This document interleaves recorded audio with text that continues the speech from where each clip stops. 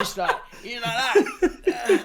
Just trying to get yourself to the ground, just to try and then you just get to your seat. You get to your seat, and then you just go, "Oh God, there's loads of shit here as well." And just swap that off, and then you sit down. As you sit down, bang, your shins hit the seat in front of you.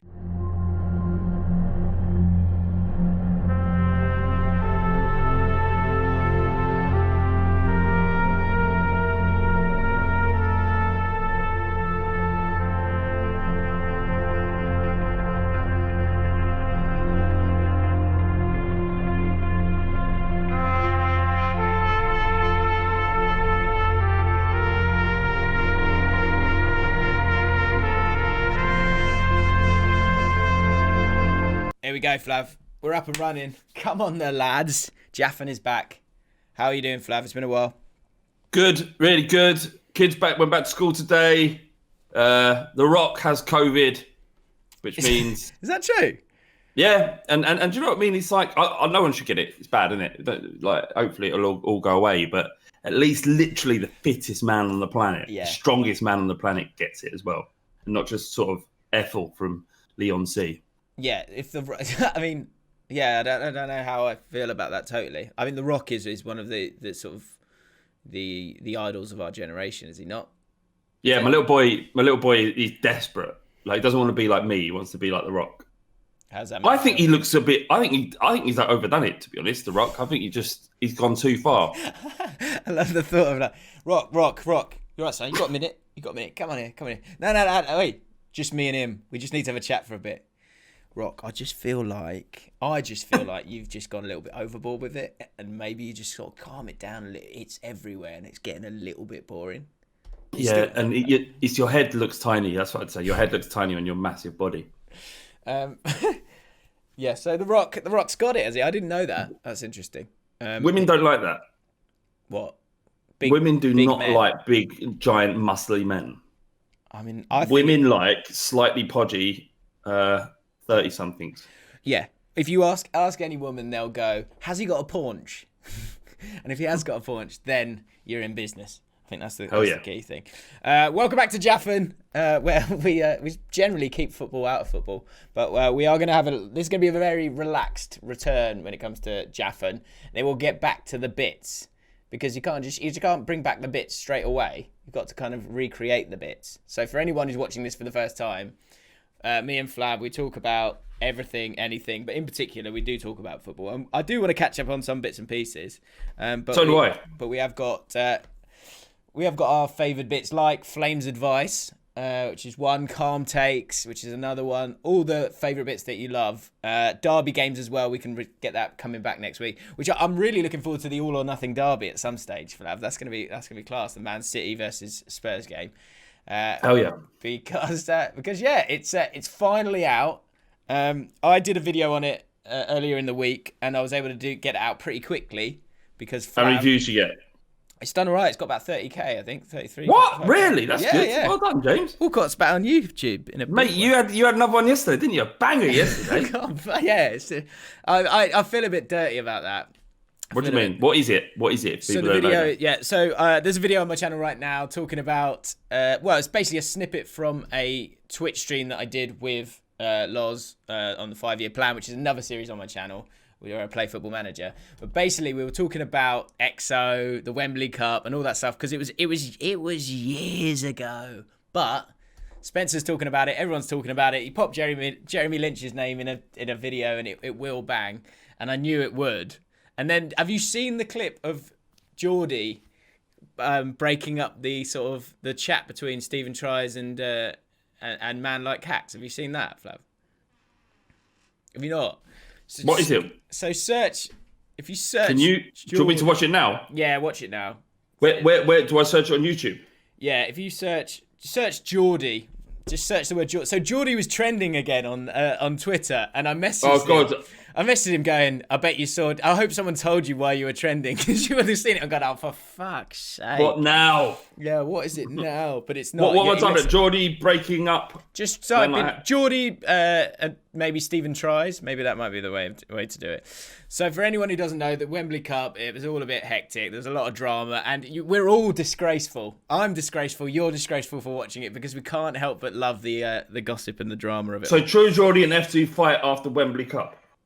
Yeah, sort of. Is that a real fight? No. So basically, what happens is a man like Hacks and Stephen Tries are having a bit of banter, I guess, crap banter, and then what happens is Geordie pops in after about 20 odd seconds. He's seen this big sort of crowd of people, and he just comes in, obviously calmly goes, Stephen, you all right, mate? You okay? And then just like this 6'6" or whatever he is, massive dude. Just so are they threatening Stephen Tries? No, it's getting a little bit out of hand just because everyone's had a lot of free drinks because we're at the Wembley Cup.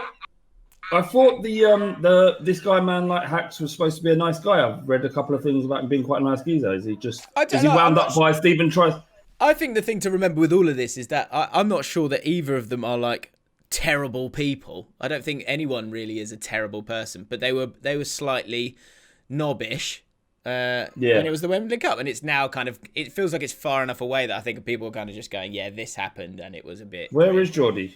I can't. Is he not coming out? Oh, there yet? he is. Here he is. Yeah. So the video is on. I think it's on 130k views in less than like 24 hours. I think it might be on 135. I haven't checked. I haven't checked every 2 minutes. But do you know what? I just feel dirty. And I feel grim. No, you got to play the game, Jim. You got to play the game, innit? Maybe. Just slug farming, innit? Get all the slugs in. Get all the slug. In you come. In you come. Come on. Well, anyway, I know I did. It was a nuanced conversation. I felt. I watched some of it, but I didn't really know what it was about, so it's hard to. Do you know what's really annoying is my mic. I just sort of changed my setup, and my microphone was a bit of a mess, so it's all a bit poppy. But anyway, it doesn't matter.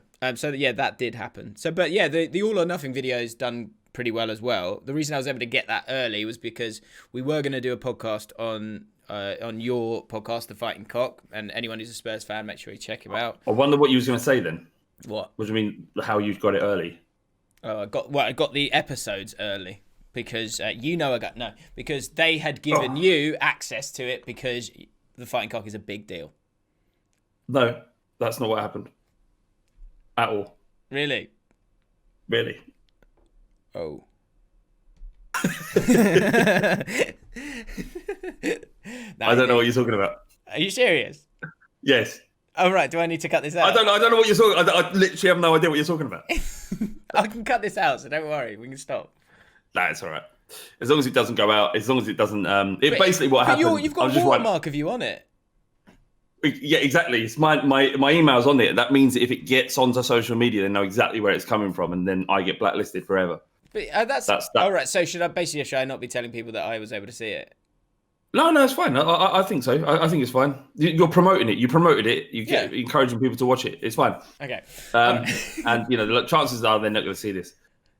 Yeah. Well, I can cut anything out if you need me to cut it out.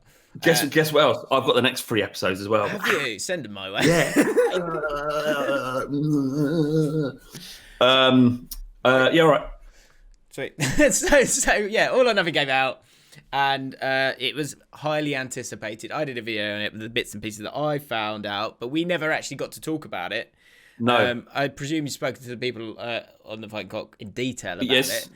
But how are you? First things first. How are you a few days on, where really the only meme from the whole thing is Jose Mourinho turning a telly off and saying "F off." You've got to be massively relieved, right? that isn't. It's nothing. That is it, because it's a meme, but it's not taking the piss out of him.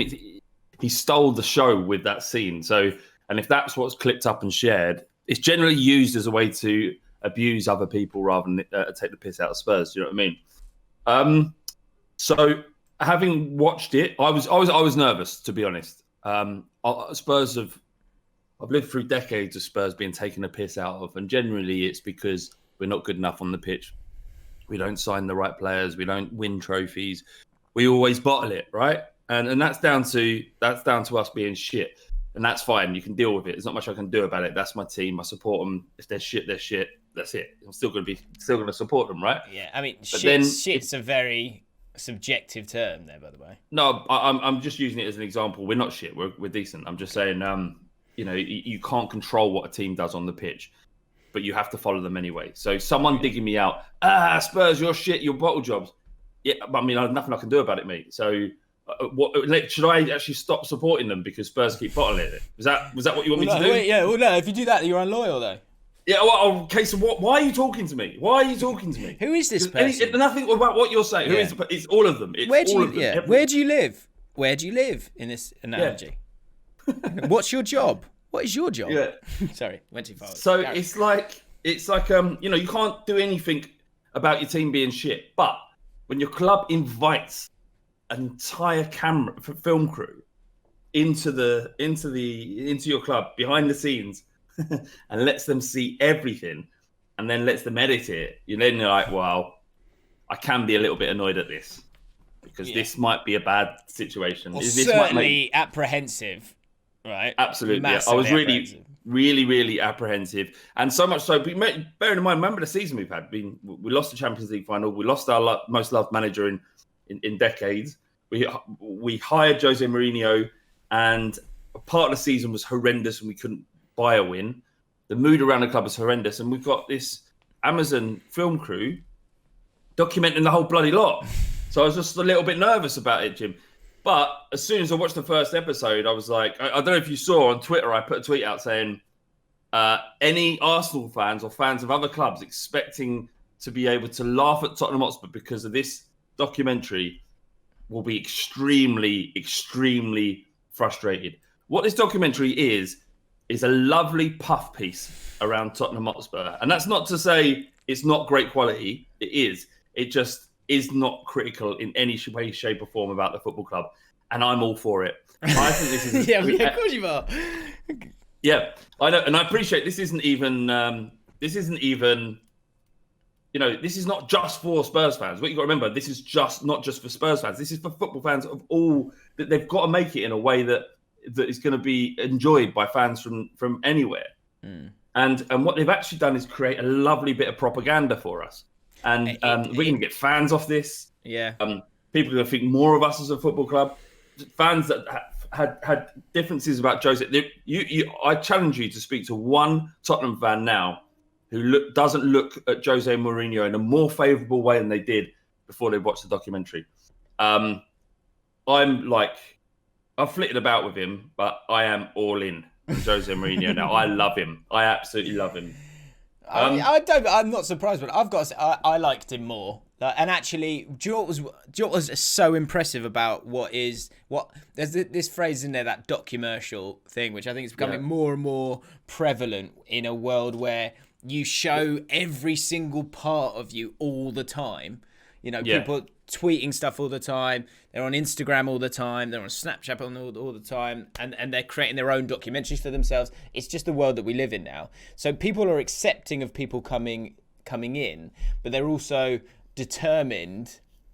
They're making a step towards these documentary makers for the first time, but their need for control and good PR, it remains. That doesn't change. And so what you're seeing time and again now, and I think I agree with you, they're very enjoyable, the All or Nothing documentaries, all of them, but the club involved is always the protagonist and is always the hero. Like there's never a moment where their kind of intentions are questioned. I think there are some hard questions that just aren't asked in this, because there's a reason why there was so much excitement for this documentary. The excitement wasn't you've just said it yourself. The excitement wasn't coming from you.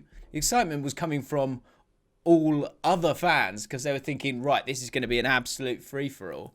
And ultimately, all of that just didn't come to be because they were so careful about it. Like Pochettino's out of the documentary as soon as possible. Soon as possible. Yeah. And that's it. It was safe, wasn't it? It felt quite safe. Which is there any part of you that disappoints? No, not at all. Just wanted to get past it, right? I just want it to make us look as good as possible, and it does. By the way, your screen's frozen. I'm not sure if that makes any difference. No, it's fine. It's like I'm recording on it. It's all cool. All right, sorry, mate. Yeah, so I'm fine with it. I'm enjoying it. I'm just sitting down watching bits of my football club I'd never get to see, and none of it's making us look bad yet. So why wouldn't I? Why would I want to see our manager reportedly breaks down in tears when he's sacked from the football club, wasn't allowed to see the players, and wrote a really kind of sorrowful message on a whiteboard to them saying, "I'll see you soon." What, like, so saying, Jim, my mum cheated on my dad, right? Yeah, I know. I've got the footage right here. Do you want to see it? Yeah, if you could you just just show everybody in Ultra HD? In Ultra HD, shot at 125 frames per second. So we've got some real nice slow mos. You're really going to like it. Yeah, exactly. So I'm if this was about Arsenal, I'd be disappointed, but it's not. Yeah. It's about Tottenham, so I'm not. And the reality is that Arsenal would never get this level of interest, this coverage, would they? Arsenal would never get there. I think Arsenal are next. The only thing that stops Arsenal doing this next is the fact that Spurs have done it first. What do you mean next? What have they got? There's there's no story to tell. There's an amazing story to tell with Arsenal right now. No, there isn't. There is nothing interesting to talk about there. Oh, they've got some good players. They've got exciting young players. They've just won the FA Cup. Arteta's in. He's starting to put his blueprint on that team. They're defensively getting better. Gabriel's come through the door. Literally just saying words. Saliba was £30 million, cost more than this signing. He's apparently the best defender in the world. Do you remember what Robbie said? Mustafi is going to be the best defender in the Premier League. Yeah. They're all hot air. All hot air and hype, Arsenal fans. You know it. You know it. I know that. But I think you can believe the hype when it comes to Arteta, though. I mean, he's the real deal. Shut up. Shut up, James. Weirdly, though, right? I am a little bit anxious to just stop mucking about for a second. He has got them playing, and if I was an Arsenal fan, I would like what he's done with Guendouzi and I think there's one other, an Ozil, where he's just said, no, this is not happening. Here's the line, either my way or the highway. Yeah. And Guendouzi hasn't featured since Sheffield United, I think, or something like that. Was it Sheffield United? Was it? Yeah, I don't know. Like, obviously, there was the fallout with the Brighton thing, but I think he's been very clear with if you're not behaving, you're out, and if you do begin to behave again, you can come back. So it'd be interesting to see Guendouzi and Ozil, who I'm sure he would like to use, if they are, coming back with the right attitude, how quickly he puts them back in there. Ozil in particular, because I think there's the transfer window. I think it's quite interesting. Well, it's very interesting for me this year, more so than other seasons, because you've got some different elements to it. One, that the season's coming back quite quickly. Two, teams are being quite clever with how they're looking to kind of use their money now. And for example, Fulham have done a loan deal. I think it's going to be a $2 million loan deal with someone from Southampton. I can't remember who it is, and but it's like a $2 million loan. And the player goes back. Oh no, they sign the player if they stay up. That's the clause. But so for Fulham, who spent 100 million, and they kind of had to spend 100 million, but they spent 100 million, and then it was all a bit of a mess.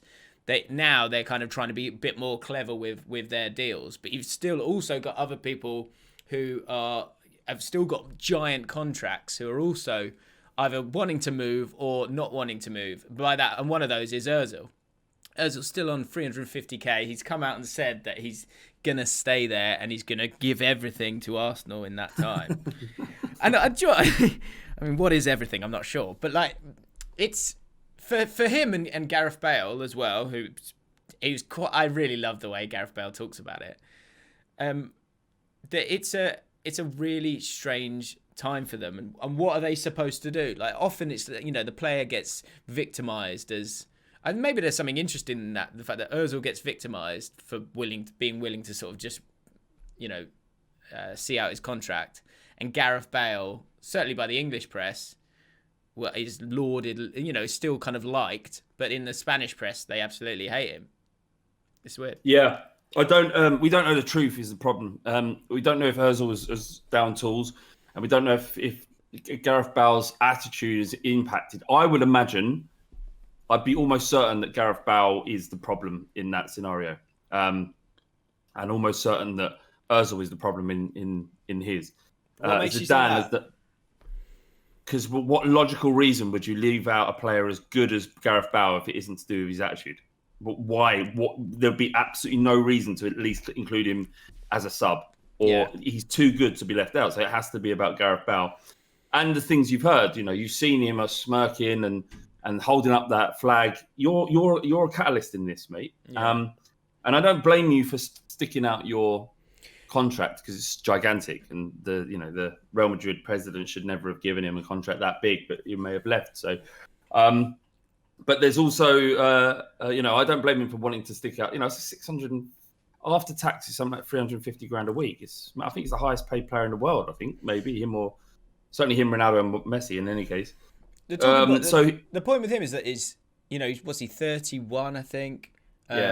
His contract goes up to 2022.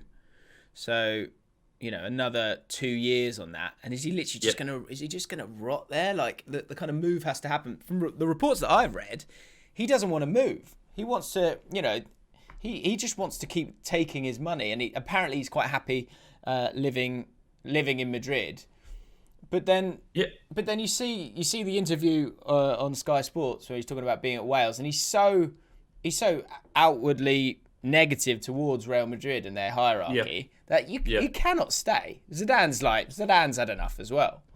I mean, what? So he should have to financially suffer because they want him out. They should pay him out. They should, if they want him out, pay him out of his contract, £60 million or whatever it is. Give him his entirety of his contract, and then let him go where he wants. But they won't do that. So why should he leave? What he should do, he should say, look, I find a club that will pay a proportion of his wages for a 2-year loan deal, like Kingsley Coman that had at Juve, I think, and go and play. But because I think that's becoming more and more common. These kind of stuff, like you see with Alexis Sanchez as well, where he's come in, he's in the later years of his career, and it doesn't work, and the expectations are very high, but it doesn't work after a year, and then all of a sudden it's like, oh, okay, what are we supposed to do with this guy? That was the solution, wasn't it? That he went to Inter Milan. I think they paid a proportion of his wages. So that's got to be the same thing for Gareth Bale. But it's just like, I don't know, like. But a proportion of his wages is a gigantic outlay. Even if you end up paying half of it, you're still paying 175,000 pounds, or whatever it is. After tax, or 300,000 before. The club are paying him 300 grand. No one at Spurs is earning that. Because that's the obvious choice, isn't it? That he goes back to somewhere like Spurs. Or I'm trying to think what other. I would love him. There. I would love the idea of it. I really would. The idea of him coming back, and let alone just having the history of us, but having a player as good as him in your first team. Is an amazing thought, but my feeling is that it won't work out as well as people think it would. Do you know what I mean? I think you'll pick up injuries, and it will be an expensive gamble. That said, it'd be one I'm willing to take 100%.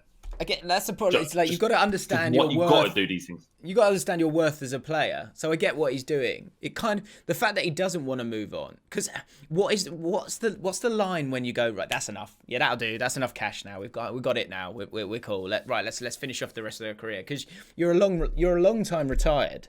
That's the one thing I would say about Bale, isn't it? Like I get how he's stuck with it and been in the squad. He hasn't played too many games last season, and like you say, the Man City game, I think there was a game against Leganes. That was the big one. We played 70 minutes. Zidane hooked him after that. He supposedly played like it was a test match, and that was it. Not as in a cricket test match, as in like a friendly match.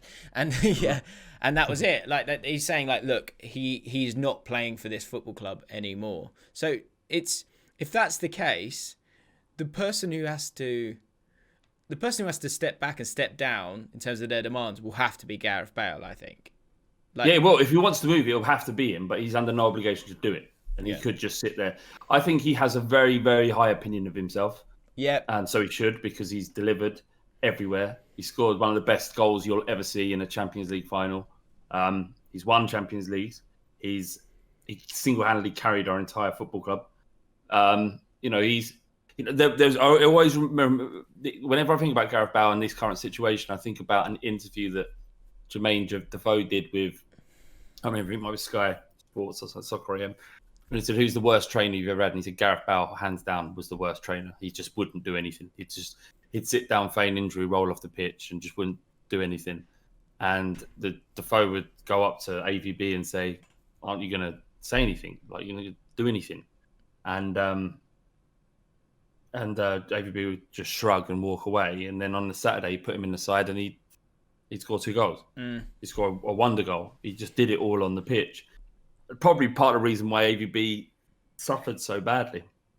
There's an element there of, it's interesting. You can twin that with Özil again, and because I think again the sort of perception of Özil in Özil and Bale it's interestingly very, very different in this country.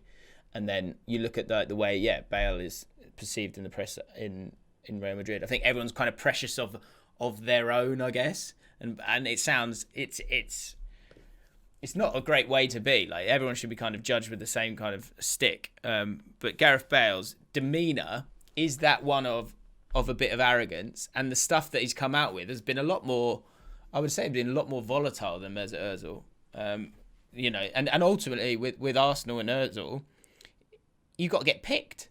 Like, if you're not getting picked, like, what's he supposed to do? Gareth Bale is a lot more vocal in his frustrations at a club that's actually got a lot more quality in their side. So, he probably cares a bit more than Ozil. Ozil just does not seem to give a shit. Does literally just. Where are you getting that from, though? Just looking at him. That's my point. I'm not saying there's any truth in it. Yeah. But none of us know anything. He just looks disinterested, and he's not saying anything. I'm ready to commit. I'll give Arsenal my everything. It means nothing at all. It means zero. Whereas at least he's saying, at least Gareth Bale's being clear that I've fallen out. There's nothing. The problem with Real Madrid is there is an actual issue. Where Ozil's going, there's no issue. I'll give Arsenal everything. So he obviously doesn't care. I think. I don't know. I don't care, really. Yeah. Fair enough. Another person when it comes to transfers is Lionel Messi. Like, this is football manager stuff. This is like, could he actually go? Is he actually going to go? Could he come to Spurs? I mean, no. Could he? I mean, but there was talk, rumours coming out that, with the Eze money, we're going to look to see if we can get Messi through the door, because he's never really done it at a lesser club. We could be your Napoli, Messi. If you want us to be your Napoli, mate, we could do that. You are going to have to come down on your wage demands a little bit, though. I've got a question about Jose Mourinho and Pep Guardiola. Just to remind me to ask that question. All right. Messi. It'll be interesting because it's one of the things you just think he would never leave. He'd never play for another football club. It's crazy. It would be weird seeing him in a Manchester City shirt or a Bayern Munich shirt. I don't know where else he can possibly go. He's in a weird situation as well in the gym. Like, apparently he's allowed to leave on a free at the end of each season if he wants to. I mean, the whole contract. Is that just bull? Is that true? Yeah, it's true. So he basically has till May to in normal seasons. He has to the end of May to say that he wants to leave, ideally on a free. And if he does, is that because he realizes no club can afford him, so he has to have that clause if he wants to move? I think so. I think that's why he put it in place, and so he did that. But what happened was, obviously COVID happened, and this has happened with a few different teams. I think there's a transfer in Leeds as well, where there's a player that they got from RB Leipzig. They're supposedly they have to buy him. They have to buy him at the end of the season. And although they don't want to do that now, they might kind of put forward this idea that, well, you said August, the season didn't finish in May. Like, all this stuff is like something that's happening. Yeah, there's a loophole that's happening with a few different people. But with Messi, he's supposed to say by May 31st, I want to leave. You need to allow me to leave. But he didn't do that because the season was still running. So he believes that legally it's when the season ends. So instead of May 31st, it's August 31st. So if it's August 31st, he's done that. He did that after the Champions League, obviously. And so he's done it within that.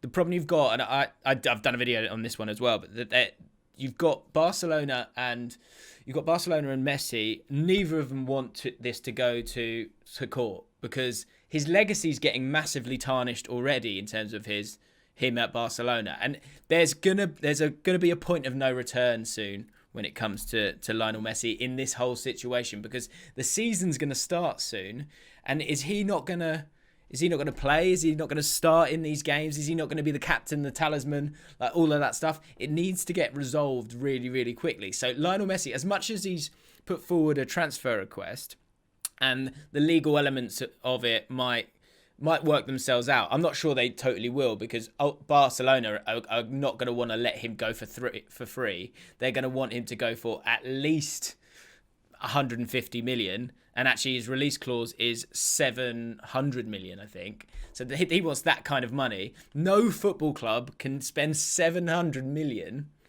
and his wages. His wages are about 60 million. So there's a point here where they need to agree it. Like, they need to get to a point where, look, you want to go, you're 33, let's get 45 million off the wage bill every single year. Let's start to evolve this team. It was good while it lasted. Let him go to Man City, who can just about afford his wages over the 4 years that it'll be, and kind of let it be. But I'm starting to feel like Barcelona are in a stronger position now, because, like I say, the longer it goes on, the worse it looks for Lionel Messi. Because he might just then go, okay, I'll play for this season and then I'm going. So I think Barcelona will stand firm, and I don't think he'll go now. I think the powers in Barcelona's court, weirdly. Yeah, I mean, if the date of the 31st of May, if that's the date, isn't it? That's what he has to say by. And because they got smashed 8-2 by Bayern Munich, suddenly he's like, well, I don't want to play her anymore. That's what it feels like. So down in tools. Another one. Yeah. Down in tools. What do you do if you're Lionel Messi now, right? So Flav, you're the greatest player in the world. You're 33 years old. You know, you're aware of your own mortality now. You want to win more Champions Leagues. You want to finish that argument with Ronaldo that he's the best by winning a couple more Champions League. You can't see that happening at Barcelona. You've handed in a transfer request, and they've basically said, I don't want this to happen. What do you do in that scenario? Do you retire? Do you just walk away from it? Do you dig your heels in, or do you go, look, I'll play one more season? Retire. There you go. That's what I do. I if I couldn't retire. If Barcelona were forcing me to, That's not the answer. Well, he's just going to give up. You asked my opinion. That's my opinion. You just retire. Just call it a day. Just walk away. Walk away. Go and do something else. Play tennis. I definitely wouldn't play for Barcelona. 100%. If they've made this agreement and they're being snarky about it, I know they may be legally correct. I'd say, all right, fuck you. I'm retiring then. A couple of years later, come out of retirement, keep myself fit, join Tottenham. But that's the other problem with all of this, though. Is like the numbers do matter. They do matter to Messi. So a year of not getting the 50 goals, a year of, do you know what I mean? Like, he's only got a few great years left. Like, he can't be wasting this year not playing football. He has to play football. I think he'll have to swallow everything, mate. What more can he do? Like, he's completed football. He's the best footballer there has ever been. Like, what more do you like? Wait, it's about his dignity. That's the whole point. He wants to win Champions Leagues. He wants to be the greatest of all time, and it's still he's up won for Champions debate. League. He's won Champions League. I know he's won the Champions League, but he wants more. He clearly wants more. How do you know this? Because he's putting a transfer request. Because he doesn't need to move. His dignity is maybe higher. In my instance, it's like, all right, Barcelona got me over the barrel. They're not letting me leave. I can't play for this club because they're screwing me here. He has no self-respect if he goes and plays another season there. Well, see, just sit it out. That's retire. Go and live your life. Go and explore.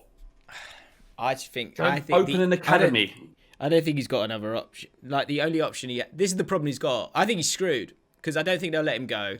I think he'll have to sort of swallow it and just get on with another season because he's too desperate to play. He's still in his prime years, pretty much, and he hasn't got one to waste now. So he can't mess about with that. But what is it in Barcelona's interest? Like, how they're going to get screwed regardless.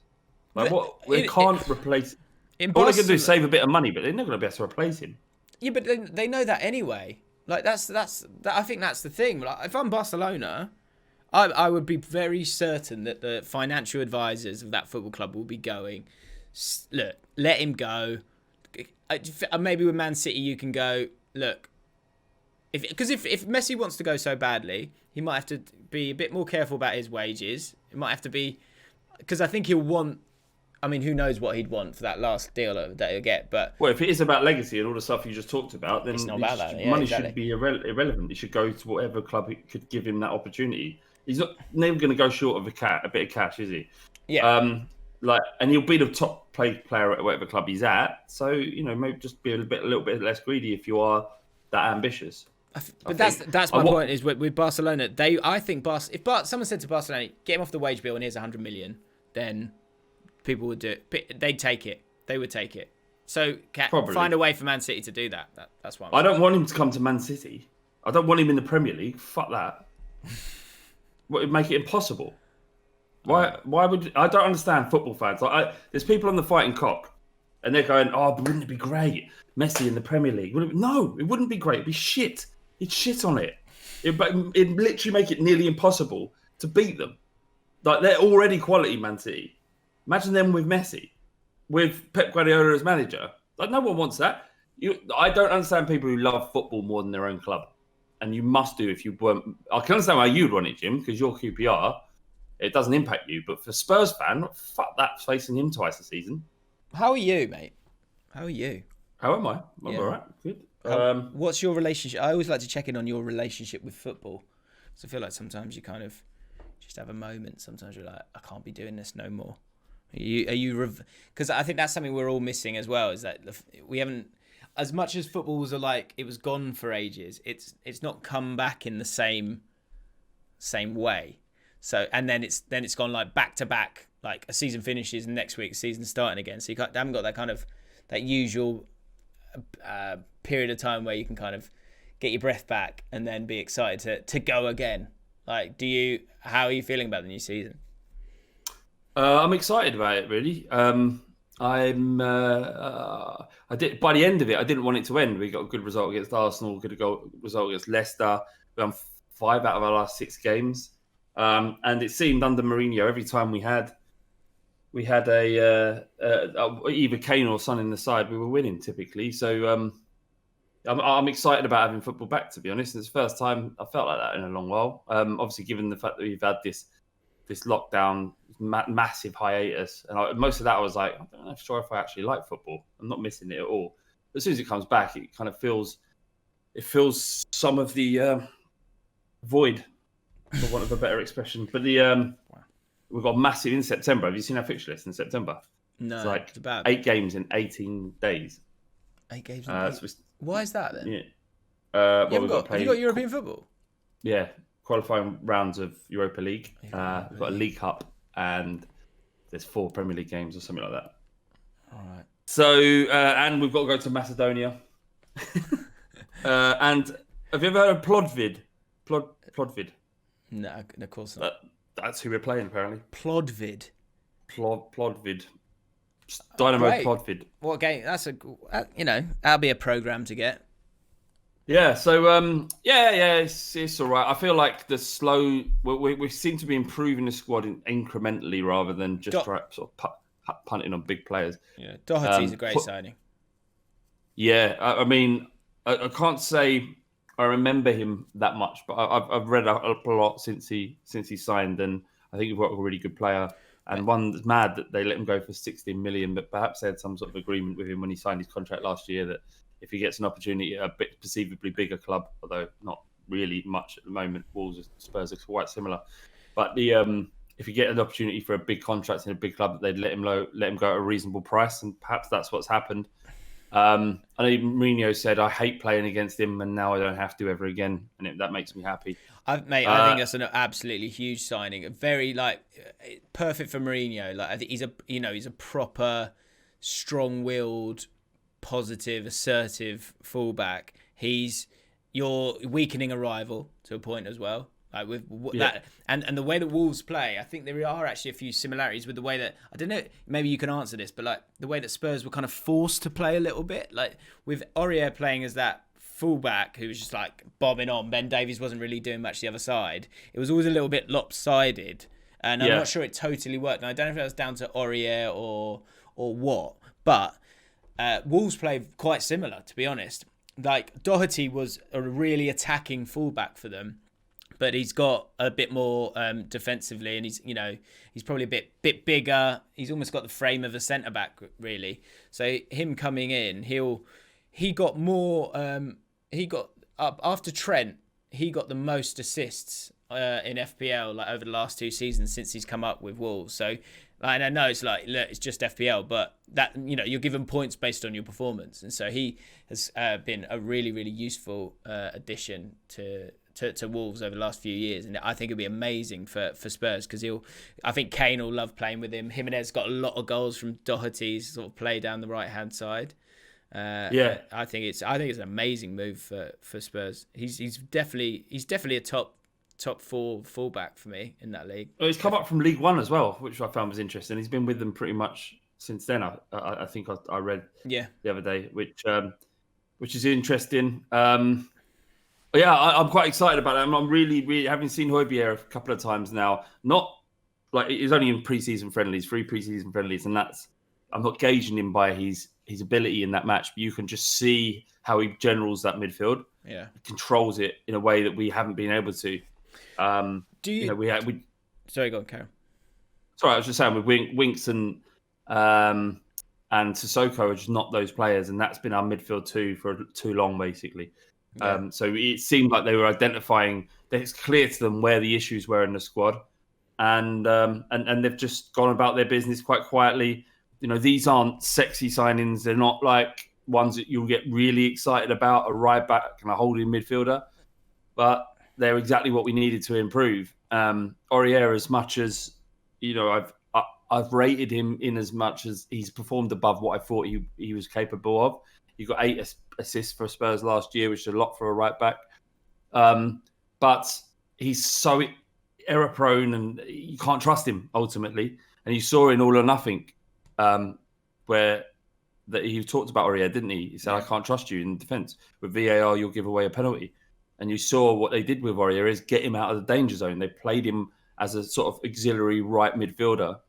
When we had that ball in the middle, he would overload the right, and you'd have our central midfielder that would drop in to cover him, but he was still prone to absolute brain fart.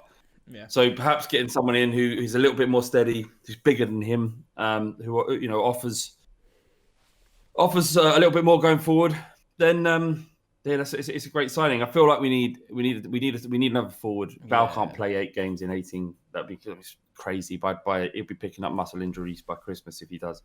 So we do need someone like Callum Wilson. Troy Deeney, I would not hate Troy Deeney. I think that's a great shout, Troy Deeney. Yeah. He's a player that will come in. Will be okay probably with playing, 20% of the games. He'd love playing the Europa League. He'd love that adventure, wouldn't he? He'd be excited to be there. He'd be happy to come on and cause a bit of trouble for you. I think he's a really, really good shout, Troy Deeney. I prefer Callum Wilson out of the 2, but I don't hate Troy Deeney, as I said, and Josh King as well is great. The problem with him though is he's not homegrown. He's not a homegrown player, so we have an issue. Yeah, we have an issue with that. If we sell Aurier, we've got in Doherty. I think Doherty counts as an Irishman, doesn't he? I think he counts. I'm pretty sure. I'm pretty sure they do count Irish. It's Britain and Ireland. I'm pretty sure. So yeah, we're struggling a little bit with our homegrown quota. I think last year in Europe or it was in the Premier League, we could only submit 22 players. So most people got 25. It'd be interesting to see what happens with Ndombele. Because he was he was in the meme fallout of All or Nothing, wasn't he, as well? Apparently loving the buffet. Just loves the buffet. There was that one thing where he went back for the buffet. Apparently, from what you're hearing, maybe he was doing extra shooting, and he's going, "No, I'm knackered. Right, I need to get some fuel now." And he's late. And he's not actually. This is not seconds. This is that's his first dip. Maybe he's just putting dish back, being polite, so the cleaners don't have to do it. Maybe someone was behind that table, had some form of stroke, and he'd put them in the emergency position, resuscitated them back to life, and then didn't want to make a big deal out of it and got a plate just to kind of disguise the great thing that he just done. Maybe done that. Yeah, maybe.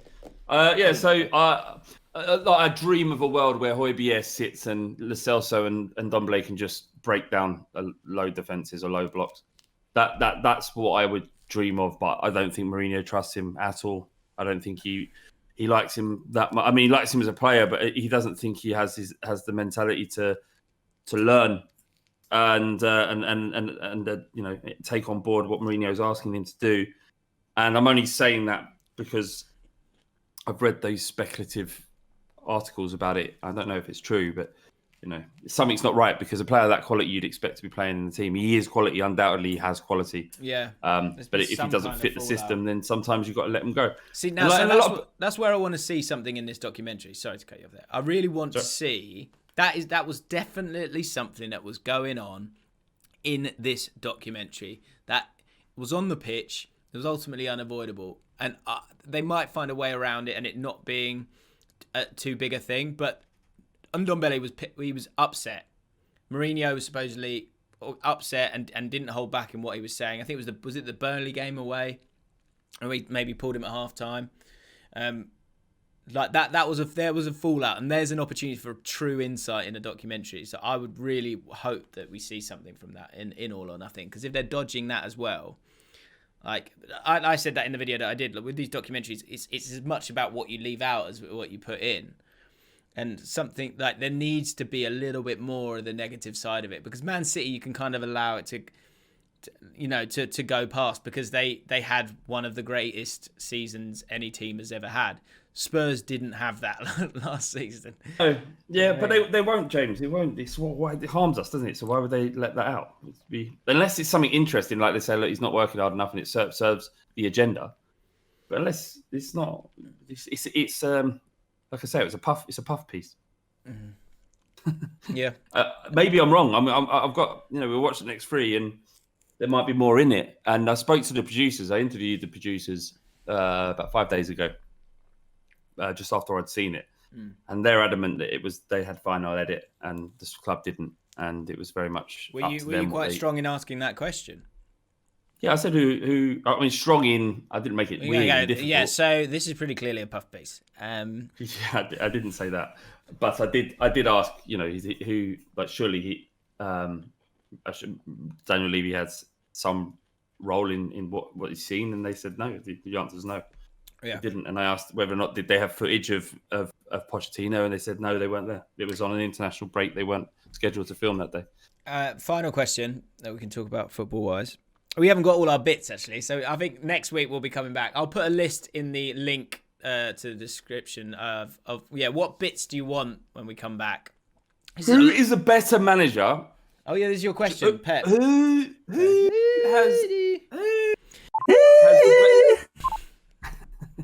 is the better record? Who is the better manager? Who do you think? Who's a better manager? Pep Guardiola or Jose Mourinho? Riddle me that. Who is the best manager? Right, now we're getting finally we're getting into it. Pep Guardiola or Jose Mourinho? It's Pep, is it not? Pep. Of course it's not Pep. Why is Mourinho the better manager? Tell me. Because he done it with United and he done it with Porto. Come on. You are. Listen, I haven't finished, James. You are. Go on. He done it with Inter Milan. Sure. When has Pep Guardiola done anything other than what was completely expected of him? Did he do it at Man United? He won the Europa League, and I'd take that right now. But no, like what he did at Porto and Inter Milan, won the treble at Inter Milan, and then won the Champions League with fucking Porto. What's Pep Guardiola ever done? He hasn't been able to do that. Jose Mourinho has won the Champions League with two much lesser sides than Manchester City, and Pep Guardiola hasn't got near it. He hasn't got near it. It's not. I mean, he's not had the opportunity to get near it.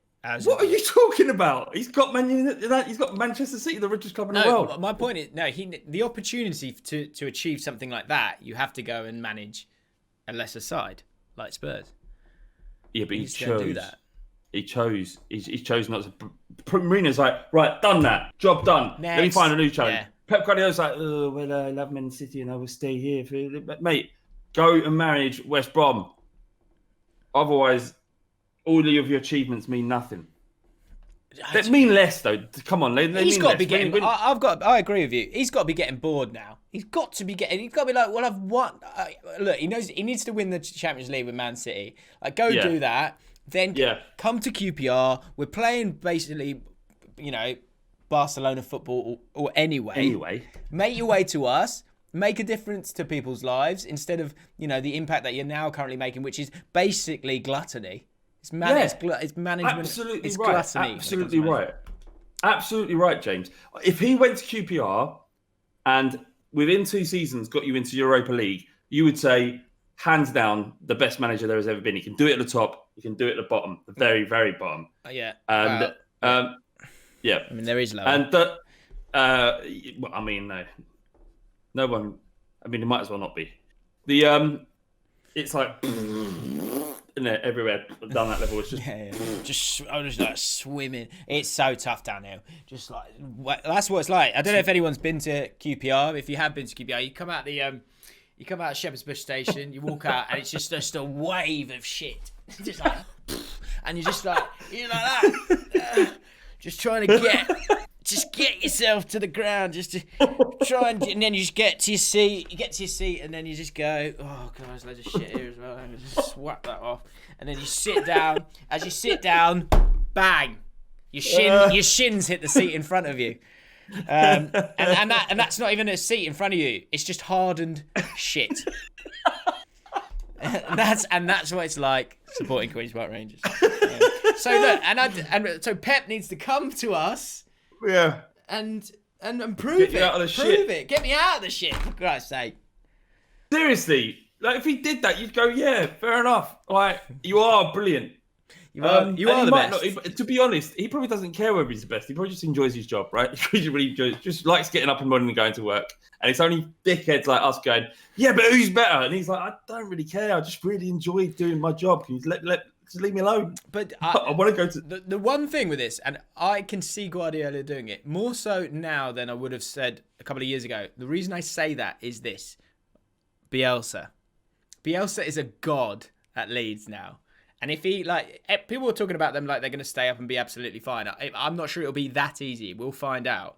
But if they do a Wolves or Sheffield United and then become, stabilised in the Premier League and go from strength to strength, the guy is a god. Guardiola can have that same feeling with a football club if he wants to. Just come to QPR, Pep, is what I'm saying. Yeah. And the thing is, mate, right? What's going to be great about this season for Leeds is that none of their fans are going to be able to see any of it, and then they're going to go back down. It's brilliant. They won't get to go to a single away game. Leeds away supports the fucking best, innit? Best. That's more Manchester. Give me a Yorkshire accent. Yeah. Go on. Football best in the league. We go around grounds. We've got the best where we play. Fucking away support in the fucking league, haven't we? Everywhere we go, we take 16,000. Yeah. But none of them are allowed in. We're just marching together. That's what we do. We're marching together. We got proper Yorkshire lads. Yeah, I got me Bovril in one. No, actually, fuck that. Get rid of the Bovril. I got myself a Yorkshire tea in one hand. I got myself a Yorkshire pud doused in gravy in the other hand. We're just marching together. Yorkshire. But we won't see that on the terraces, unfortunately. You won't, because COVID, and when they get relegated, they'll just have to go back to the Championship and be the biggest team in the Championship forever. If they go down, if Leeds go down, and Bielsa doesn't lose his job because he's got enough credit in the bag, he sticks at it. But it's a slog. They definitely don't sack him. They won't sack him. It's a slog, and they go down. When they go down, Bielsa's definitely going to go. He's just going to be like, honestly, I can't be arsed with this. He'll move on. Oh, It's like, fuck this. This is. Let's forget about all this. Yeah. No, it was good while it lasted. We go, well, Marco, you're on a 3-year contract here, son. Oh, but do I have to? Do I have to? It takes so much energy to play this football. Ooh. I've run Peter Risdale. He said I can go. Okay, wow. Good knowledge there. Do you think that's he the said, man? Rizza. He said, I called Rizza. Yeah, he said, look, he loves Leeds. He's a bigger Leeds fan than you. And he's just said, go on, if you want to go, go. Yeah, so I'm going. I said, I picked up the phone to Rizdale. It was a bit weird because he answered. He went, throw money at it. Just throw. I haven't asked the question yet. He just throw money at it. Buy Rio. What about Seth Johnson? That's not the question. That was 15 Eric years ago. Backer. That was 15 years ago. What do you mean? 40,000 a week. What? Put the phone down, and then he'll go talk to the actual chairman of the football club. Yeah. Do you think they stay up? I think they'll be fine. I do. I think, I'm going to do this little season predictions video, so I don't want to give it away. Who do you think's going to do well? Give me a team that's going to do well. I've forgotten who's in the Premier League again. Let me see. Do you think Chelsea will do well? Chelsea made a lot of sense. Oh, they've bloody signed. Every signing they make, I'm like, where happened to financial fair play? Where happened to financial fair play? Yeah, that's what I was like. Where was the financial fair play? They've saved all their pennies, haven't they? Saved a lot of money. Oh, well, you can't deny it. They have saved a lot of money. They haven't spent for a year. They sold Hazard. Remember that? 100 million. Yeah. So convenient to forget things. I was conveniently forgetting all of the reasons why they have loads of money and just saying they must be in breach of financial fair play because I didn't like what was going on there. Havertz, can't be honest, never heard him play, never ever seen him play, but people rate him, so he must be good. I was listening to a podcast and it was suggesting that he has the quality to be one of the best 3 players in the next 3 years. Who said that? Seb Bafford Blewett, whatever his name is. Oh, God, fair enough. He knows his stuff. Timo Werner, couldn't ask for a better number 9. And who's the other one? Ziyech, who absolutely tore us a new one. Sarr, who people were after for a while. Not sure if he's any good. No one ended up picking him up, but on a free, can't say no. And Thiago Silva. Now, that's the big question. Has he got the legs? Probably. Yeah, and for that reason, probably with the league. Good solid buy. Yeah, well done. Yeah, good solid buy.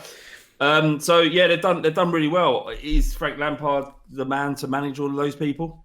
Will he know what to do? I can't imagine him going in there, right, Roman, what I need these 6 players, and I need to spend £240 million, and we're going to pay each of them 300 grand a week. And Roman Abramovich going, sure. All right, Frank Lampard. Okay, I'll do that for you. I think he's just really gone. His scouts have gone, these are great players, and he just goes and buys them. Like, what must it be like to be a Chelsea fan and just have a chairman who just goes, chairman. Yeah, chairman. Just chairman. Goes like that. He puts out all the chairs, and then he gives you all that money. It's amazing. Any problems, he just does this. Yeah, it must be great like that. Like Daniel Levy, even if we hadn't spent anything, that happened. It literally happened. He's like a young Peter Risdale, isn't he? Just pick up the phone. He's like, throw money at it. Yeah. But Daniel Levy didn't do that, did he? He spent 100 million, which effectively over 3 transfer windows was £30 million of transfer windows. Sold players. We actually ended up with a net profit. Can I say one thing on Daniel Levy that I didn't tell you in the videos? What do you think of his gold little bracelet? Yeah, it's grim, isn't it? It's grim. All I would say is that there might be some sentimental reason. I hope so. For it. I hope so. Yeah, he's. What's awkward is when he talks football. He tries to talk football when he's talking about the Son goal. God, what his energy though, isn't it? His energy. yeah. And then Jose Mourinho's going, piss off, mate. Yeah, Daniel. Yes, please don't talk to me. I'm not coming up to you talking about fucking leatherette seating in the stadium, am I?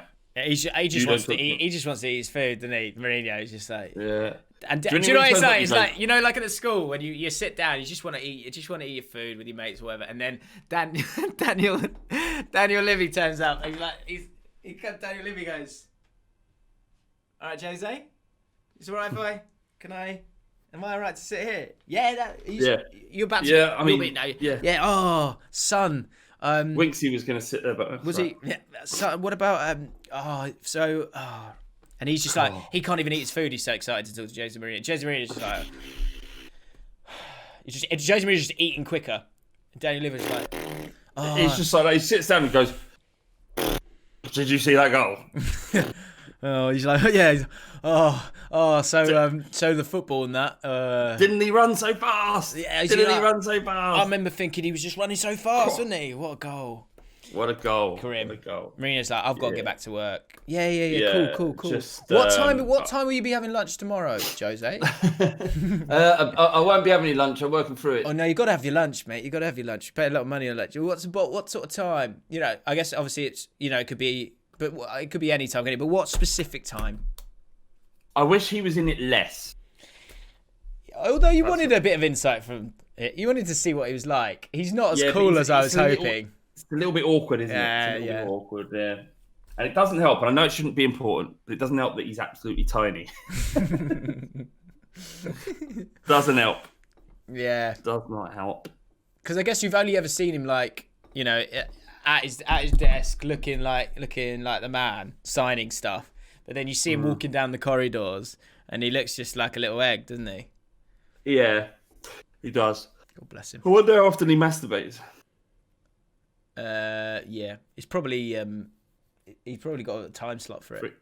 Free a day, man, I reckon. Do you think? Just a release? Yeah, just got to get it out somehow. Yeah, just steam when he orgasms. Carries on. Can I read you something funny? Go on then. We're finished with this podcast. We'll finish with whatever you're about to say now. Okay. But I'll tell you what I will just say whilst you're finding that, mate. Guys, thank you for being patient with us. We're back now, which is good. Chatting away. We're going to be doing the podcast live on Patreon. So we're opening that back up. I think we're going to work it out to be about £7, I think. So if you do want £7, yeah. Basically, we're like we're both running out of money. So times are hard. Need yours. We need your money. Okay? Yeah. Despite you probably having less money as well, I presume. Yeah. So just give us your money, yeah. But we'll be improving the content and giving you better content, and it might be something you actually want rather than just you doing it because you love good eggs, yeah. Oh God, I love it. So yeah, right. Those are the two main things though. I think we're going to be doing a Q&A pod each week, and we're going to be doing the podcast live with you so we can interact with you. So what I would we'll do it live. We'll do it live.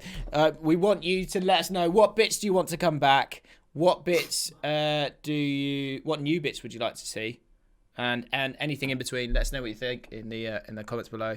Go on then, Flav. What are you saying? Well, there's other things like the "Living on the Prayer" we were singing before we started, weren't we? Oh yeah. Yeah. It's a stupid song, isn't it?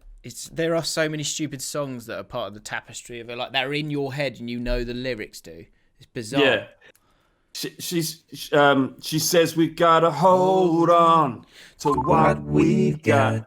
It doesn't make a difference if we make it or not. We've got each other, and that's a lot for love. Well, that's a lot for love. That doesn't make any sense. No. But we'll give it a shot. Whoa, we're halfway there. Oh, I mean, living on a prayer.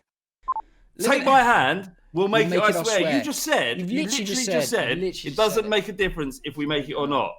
And now you're saying you'll make it, I swear. Like, what is it? Croc. Will we make it or won't we make it? How can I trust you?